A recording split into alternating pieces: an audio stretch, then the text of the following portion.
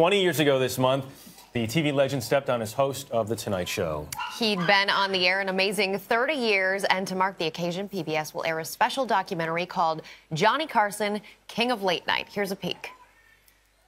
If you couldn't figure out how to be an adult male in this country in those years by watching those two guys, you were hopeless. I mean, that was it. You know, these are the two guys you and your buddy wanted to be if you ever got to go to a cocktail party. I mean, that relationship, you know, Big Ed, who ought to know better and is pretending he doesn't, and Johnny, the smarter, better-looking, funnier of the two. I guess it's classic, similar Laurel and Hardy kind of a thing.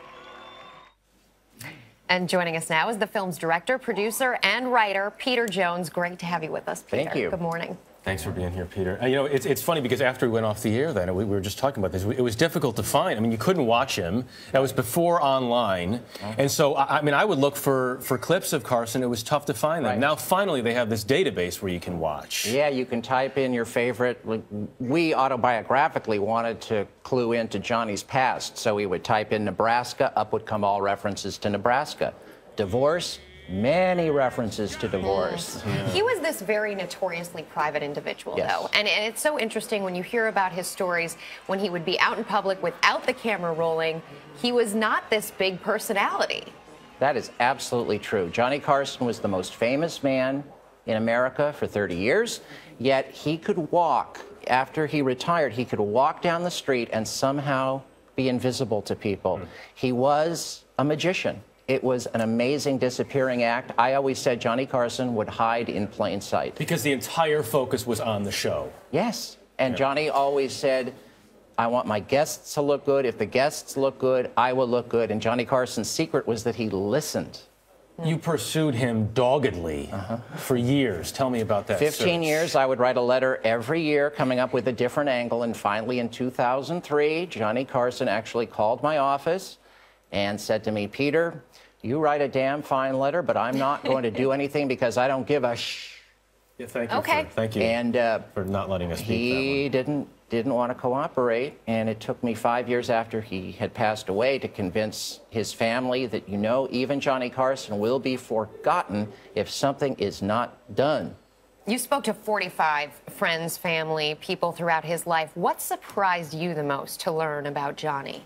What surprised me the most about Johnny Carson was how much his ex-wives still adored him. We had a screening a few nights ago here in New York, and his third wife, Joanna, came.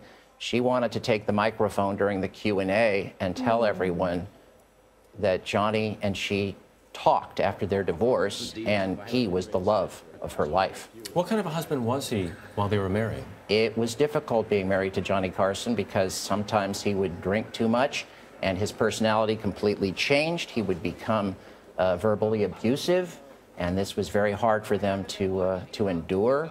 And it was always the wives who filed for divorce, never Johnny. You talked about his love of the guests and really listening to them. Which guests were banned from his program?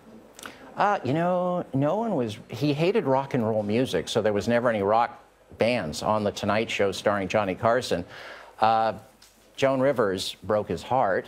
She was the permanent guest hostess, and as we all know, she didn't tell Johnny when she got her show on Fox. She was permanently banned, and he never. Huge falling out. That shattered Johnny Carson in a way that even his broken marriages did not. Peter Jones, it is genius stuff. He was a genius broadcaster. We can't wait to watch. Thank you. Thank you very much.